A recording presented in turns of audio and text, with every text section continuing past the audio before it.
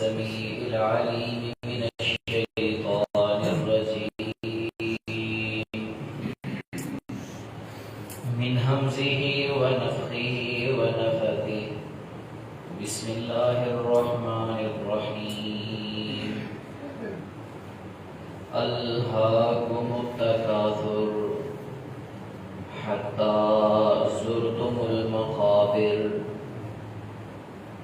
كلا سوف تعلمون ثم كلا سوف تعلمون كلا لو تعلمون علم اليقين لترون الجحيم ثم لترونها عين اليقين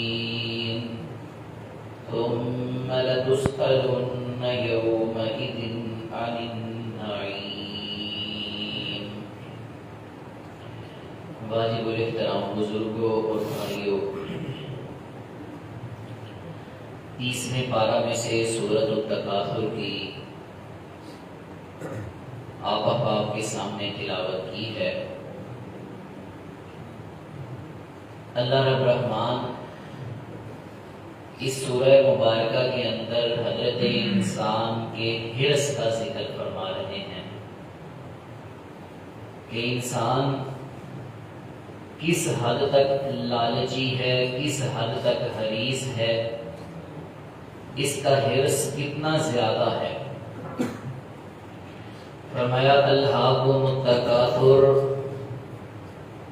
تمہیں ایک دوسرے سے زیادہ حاصل کرنے کی حرص نے غافل کر دیا۔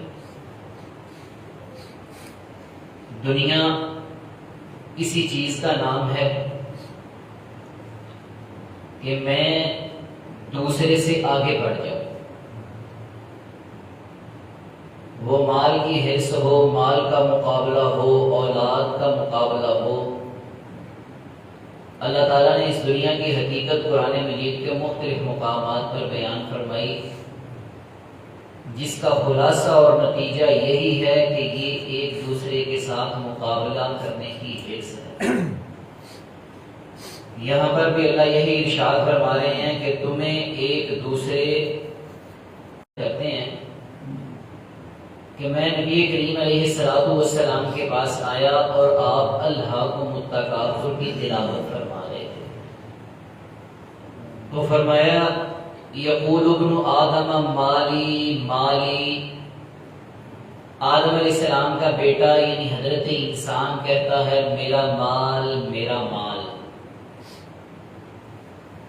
جبکہ آپ فرماتے ہیں آدم کے بیٹے کا مال صرف وہی ہے جو اس نے کھا لیا، الا ما اکلت فافنیت، کھا لیا اور فنا کر دیا، او لبست فابلیت، یا پہن کر بوسیدہ کر دیا، پرانا کر دیا، او تصدقت فامضیت، یا صدقہ کر کے اپنے لیے آگے بھیج دیا۔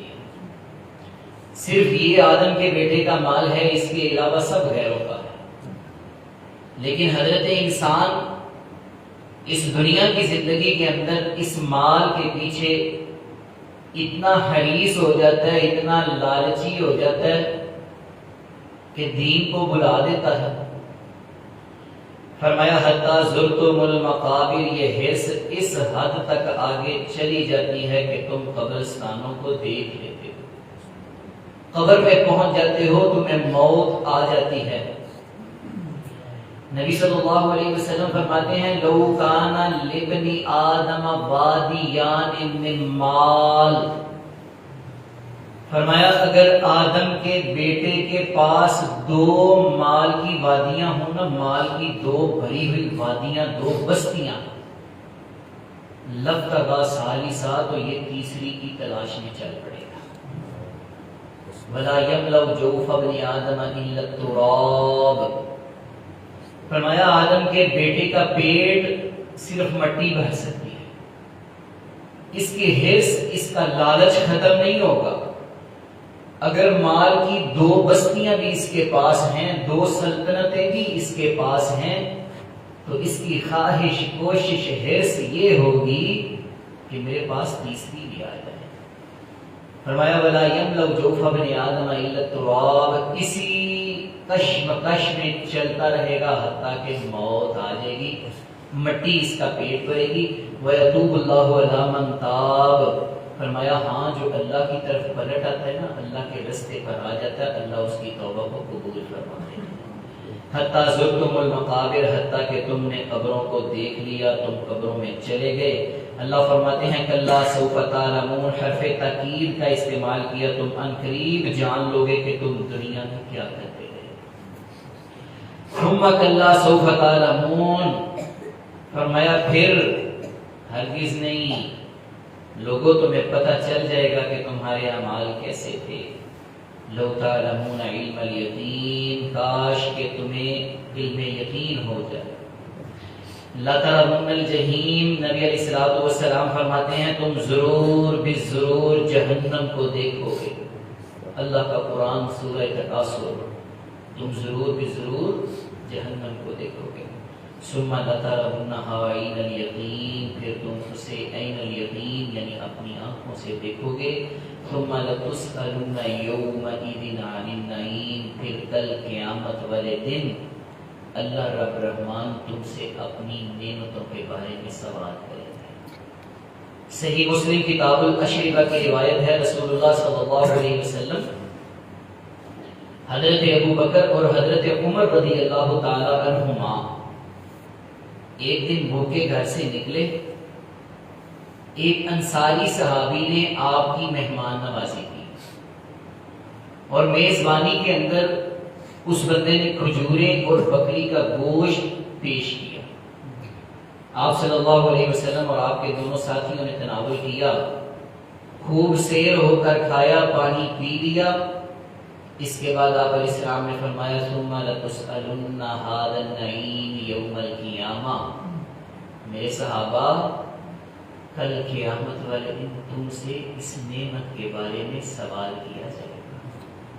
اللہ پوچھیں گے اپنی عدالت میں، اپنی بارگاہ میں کھڑا کر کے کہ میں نے تمہیں دنیا میں نعمتیں دی تھی، کہاں استعمال کی، کس طرح استعمال کی. تو سامعین محترم، عرض کرنے کا مقصد کہ یہ حرص اور لالچ، دنیا کی طلب انسان کے دین کو بہت زیادہ نقصان پہنچاتی ہے. حدیث پاک کے الفاظ ہیں، رسول اللہ صلی اللہ علیہ وسلم نے فرمایا ما ذئبان جائعان ارسلا فی غنم بافسد لها، فرمایا دو بھوکے بھیڑیے بکریوں کے ریوڑ میں اگر چھوڑ دیے جائیں تو وہ اتنا نقصان نہیں کرتے جتنا مال کی محبت اور حرص انسان کے دین کو نقصان پہنچاتی ہے. اللہ اکبر کبیرہ. یہ ایک حقیقت ہے کہ انسان مال کی محبت میں، مال کے حرص میں، مال کے لالچ میں، اولاد کی حرص، اس کے طلب اور اس کے لالچ میں اپنے دین کو نقصان پہنچاتا ہے. اللہ رب رحمان ہمیں اس مختصر سی دنیا کے اندر اپنے دین کا فکر کرنے کی توفیق عطا فرمائے. رب نے حقیقت بیان فرما دی کہ اعلموا انما الحیات الدنیا لعب و لہو، جان لو کہ دنیا کی زندگی، انما کا لفظ بولا کلمہ حصر جس کا مطلب ہے صرف اور صرف، کہ دنیا کی زندگی کی حقیقت صرف اور صرف کھیل تماشا ہے، اس کے علاوہ اور کچھ نہیں.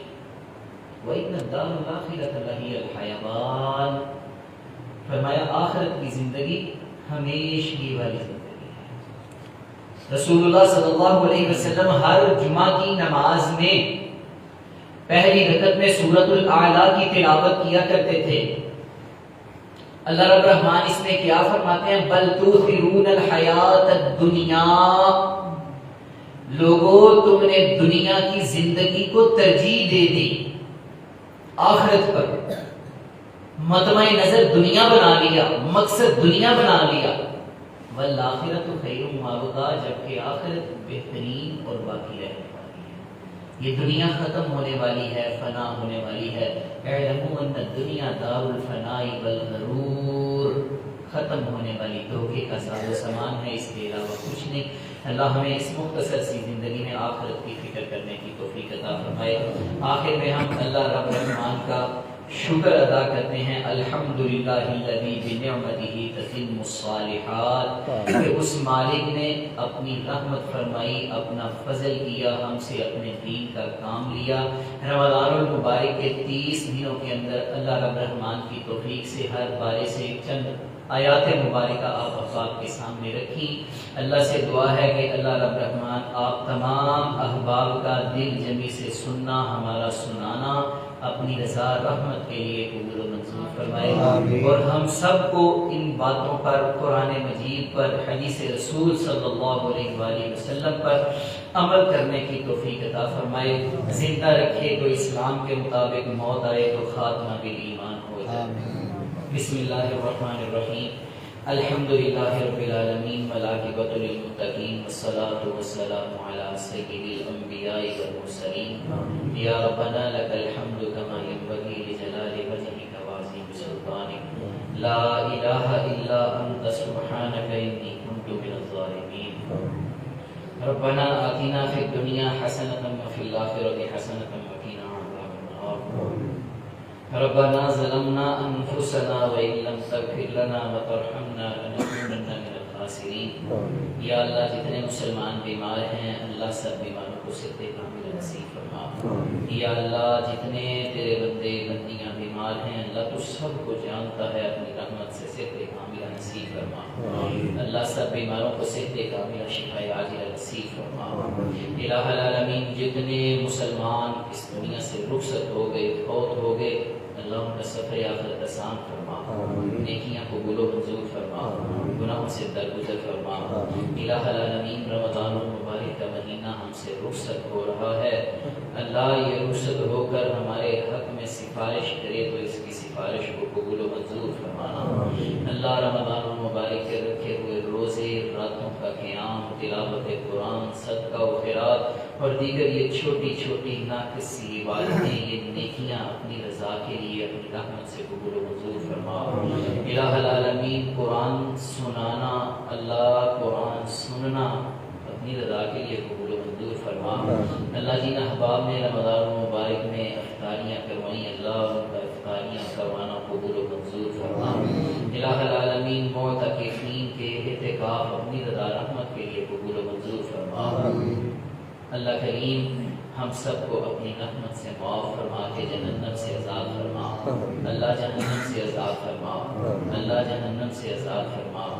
سبحان ربک رب العزت عما یصفون وسلام علی المرسلین والحمد للہ رب العالمین۔